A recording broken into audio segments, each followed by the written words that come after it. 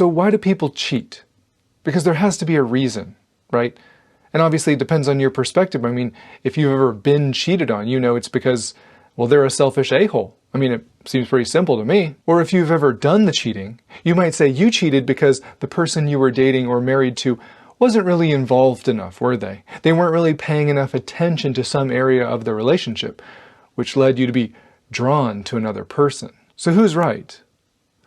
Well, they're both right and wrong, because it's not that simple, is it? Most people that cheat aren't just selfish a-holes. They didn't get married thinking they were going to cheat. Oftentimes, there are some subconscious patterns of behavior and unhealthy relationship practices in them or the relationship as a whole. There might have been red flags all along, but no one was paying attention to them. Now, that doesn't excuse what they did. There are no justifications for cheating, and cheaters like me need to know that cheating on someone is the very definition of a selfish a-hole thing to do. I mean, think about it. You could have broken up with them or divorced them and slept with whoever you wanted to. You might be a jerk for that, but you wouldn't be a cheater. And yet you chose to lie. You chose to go behind their back. You chose to betray them sexually. And then in most cases, you continued to sleep with them, exposing your spouse to potential diseases and STDs. Who would do that? There's no excuses for that. Only a selfish a-hole could do something like that. And you need to own that. And another thing we cheaters need to own is the excuses that we make. I mean, listen to what we tell ourselves. They weren't involved enough. They weren't paying enough attention to us. Do you hear the blame? I mean, it was really them all along. If they would have just done some things differently, we wouldn't have had to do that, would we? Do you hear the emotional immaturity and the arrogance? We hate taking responsibility for our actions because we know deep down what we did was cowardly and selfish and cruel and extremely hurtful. So our brain tries to protect us by making excuses or giving us an out. And if you were hoping this would be a video where I help you feel better about cheating on your spouse, this isn't that video. You shouldn't feel better, you should probably feel worse. But getting to that place, having that correct view of what you did and why, can absolutely drive you to something better and healthy in yourself and your relationships. But only if you take responsibility for what happened. Only if you honestly answer the question, why? And then work towards self-reflection and emotional maturity in yourself and in your marriage. Anything else, and you're setting yourself up to make the same mistake again. So why do people cheat? Why did I cheat? I cheated because I wanted something and I wasn't getting it. It's that simple. If you've cheated, you wanted something and you weren't getting it. And you got to the point where you decided you didn't care who got hurt in this process. You were going to get what you wanted or what you thought you deserved, right? You cheated because you failed to realize that pornography is a pathway. They aren't just harmless pictures or videos. They have consequences in your marriage. They train your brain to not find your wife attractive anymore. They condition your brain to have a warped and false view of what sex and intimacy actually are. Even if you got that girl in the video, you wouldn't be happy with her because she's not real. She's pretending. You cheated because you didn't do everything to protect your marriage. You cheated because you thought it was just lunch, or you thought you were just friends with them. But it wasn't just lunch. It wasn't just a friendship or confiding in one another. It was a direction. It was a pathway, and it led somewhere, didn't it? You cheated because you took your eyes off your spouse and let them focus on something else. The Bible says, "Can a man carry fire next to his chest and his clothes not be burned?" And the answer is no. Take it from someone who burned themselves in their marriage. Some of you are on pathways and directions that only lead towards divorce or affairs in your marriage. Isn't it funny how so many of us view God's commands as burdensome, right? We see God's commands for our lives as Him trying to keep us from something, trying to hold us back from something good. Except isn't it odd that my biggest regret and your biggest regret would have been prevented if we were following God's way of doing life and marriage and sexuality, wouldn't it?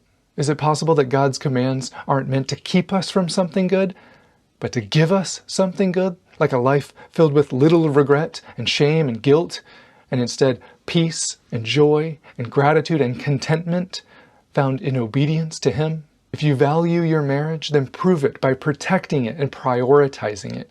You cheated because you ignored your addictions. You cheated because you don't know what you don't know.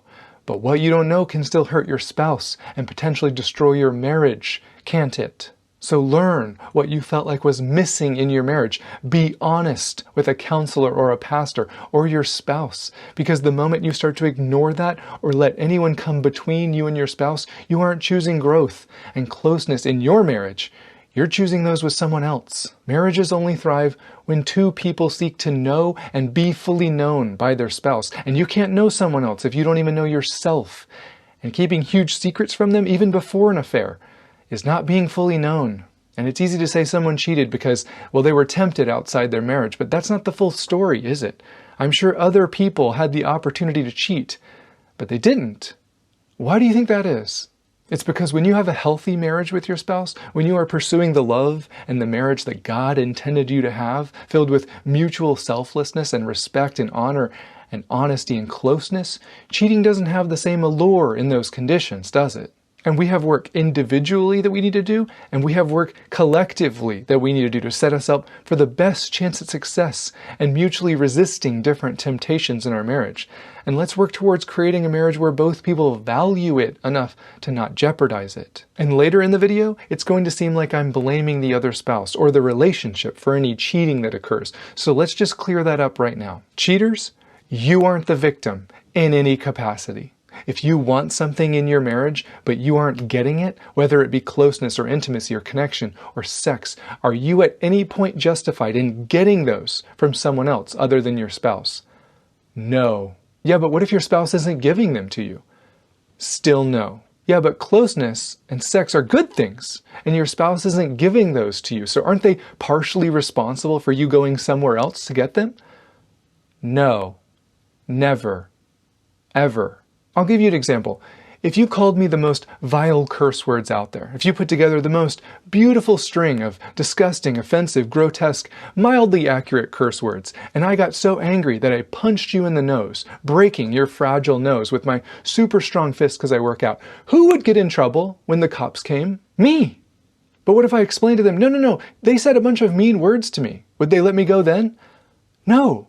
I'm still 100% responsible for my actions. And that's not a perfect analogy, but that's kind of what I'm talking about. Bad spouses don't cause affairs. Bad marriages don't cause affairs. Your spouse may have contributed to your unhealthy marriage, but you are 100% responsible for your affair or cheating. That was your decision. You weren't forced to do that. You had a ton of other avenues or options you could have pursued besides sleeping with someone else, but you didn't. So why did you cheat?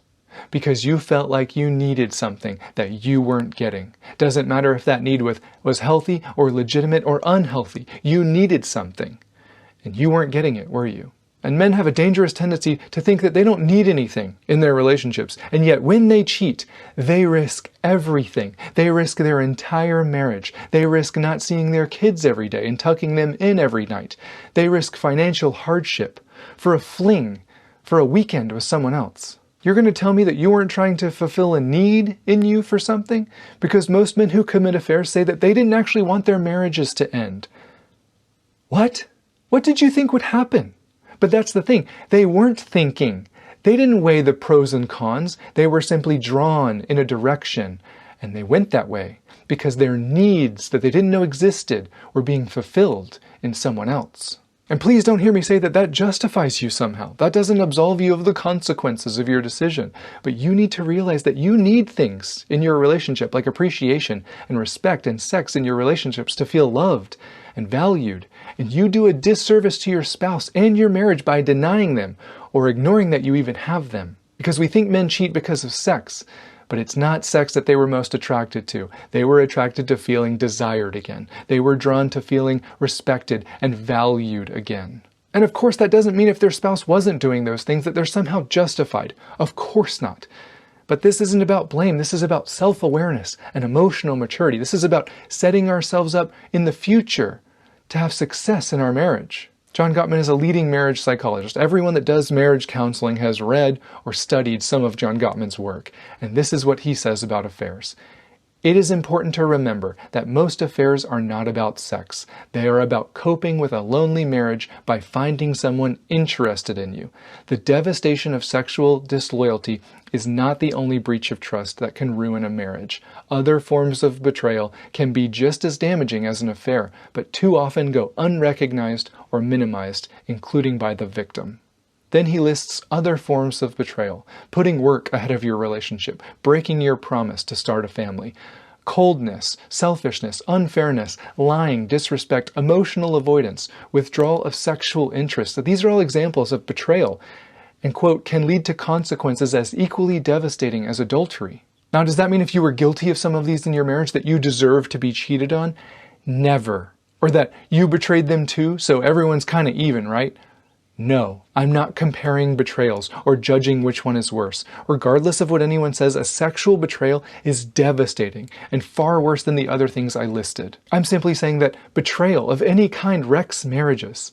And you might have a marriage where no one has ever cheated, but that doesn't mean it's not suffering from other betrayals, which are causing harm and setting it up to fail long term. Affairs are a symptom of something deeper going on within the person or within an unhealthy marriage. That doesn't mean the marriage caused the affair, but affairs are a symptom that there's something unhealthy somewhere. And absolutely, maybe you're the healthy one and your partner is unhealthy, but that can still make a marriage unhealthy as well, can't it? You ever put mud in clean drinking water? It's no longer drinkable, is it? Your marriage is the same way. It takes two of you to thrive. You both affect the marriage as a whole. That's why you both need to be working towards health and depth and maturity and connection and closeness and friendship together. You both need to invite and encourage honesty and transparency in your marriage. Do you know what prevents affairs? Honesty about what's actually going on. Transparency about how both of you feel about the marriage. Marriages thrive when both people seek to fully know each other and be fully known by each other. And of course, it's embarrassing to be honest. It's oftentimes painful to tell your spouse the truth, that you're having thoughts of divorce, or that you're feeling pulled toward another person. But guess what? It would save your marriage if you did it, wouldn't it? Because it would motivate both of you to get the help that you need in your marriage instead of keeping secrets and saying, I can handle the consequences, or what she doesn't know won't hurt her. Because ask my wife, it hurts. The best protection from affairs or divorce is a strong bond between both of you that's built on intimacy and vulnerability and trust. And it only takes one of you to avoid or ignore those, and it affects the whole marriage, doesn't it? And some of you are set up to fail and you don't even know it.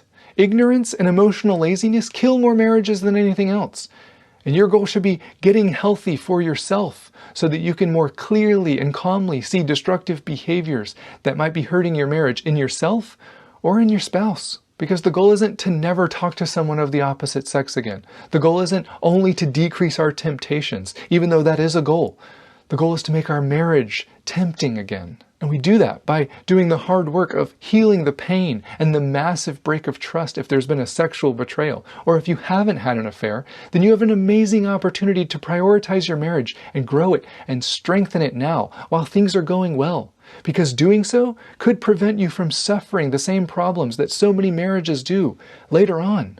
Remember, there are certain conditions of soil that set plants up to grow healthy and strong. And there are other conditions of soils that only set plants up to wither and die, because no plant can survive without nutrients and water and healthy soil.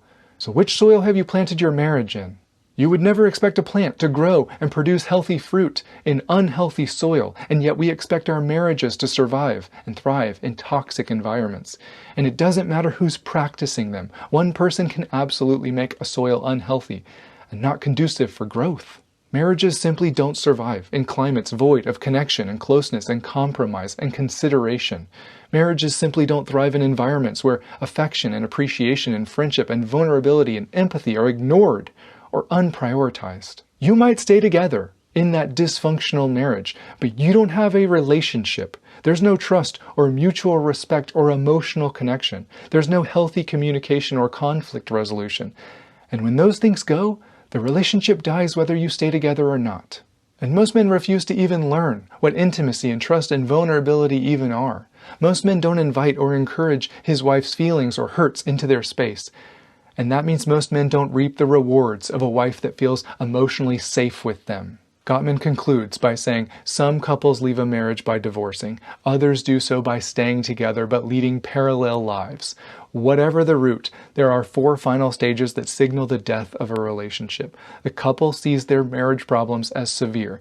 Talking things over seems useless, so partners try to resolve problems on their own. The couple lead parallel lives. Loneliness sets in. When a couple gets to the last stage, one or both partners may have an affair, but this betrayal is usually a symptom of a dying marriage, not the cause. The end of the marriage could have been predicted long before either spouse strayed, due to the presence of harsh startups, the 4 horsemen, the unwillingness to accept influence, flooding, pervasive negative thoughts about the marriage, emotional separation that one or both spouses feel, etc. In most cases, if these persist, divorce is only a matter of time. I mean, let's be honest with each other. How many of those characteristics represent your marriage? Leading separate lives? Talking seems useless because it just results in fights? Chronic loneliness? Do you feel emotionally connected? I mean, do you feel like she doesn't desire you sexually anymore? Whatever the reason for any of those, they're pathways. They're a direction in your marriage away from each other. And you can stay in those destructive cycles. You can blame the other person instead of protecting your marriage. That's what I did. And that's the point. I know where busyness and emotional laziness and unintentional neglect and apathy lead in my marriage. Do you? Thank you so much for watching, and I'll see you in the next one.